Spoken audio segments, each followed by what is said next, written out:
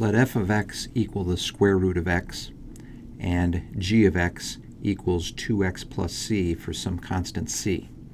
Find the value of c so that the graph of y equals f of g of x passes through the point 4, 3. First step in solving this problem is to write y equals f of g of x in its simplest form. So we know that g of x is the function on the inside, and we're given that g of x is equal to 2x plus c. So you can write this as f of 2x plus c. Now in this case, f is simply the square root function, which means that f of 2x plus c will be the square root of 2x plus c. So we now have written y equals f of g of x as the square root of 2x plus c.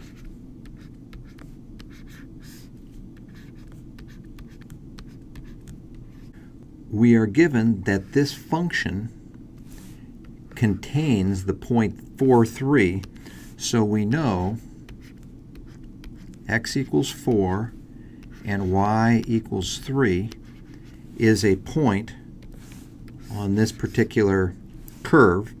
So what we can do is we can replace y with 3, and we can replace x with 4, and now we have an equation that contains only c. So we want to solve for c. The way you solve for c is you square both sides of this equation. When you square the left-hand side, you get 9. When you square the right-hand side, you get 8 plus c. The last step to solving for c is subtract 8 from both sides of the equation. When you subtract 8 from the left-hand side of the equation, you get 1. When you subtract 8 from the right-hand side of the equation, you get c. So finally, in the end, c is equal to 1 is the solution to the problem.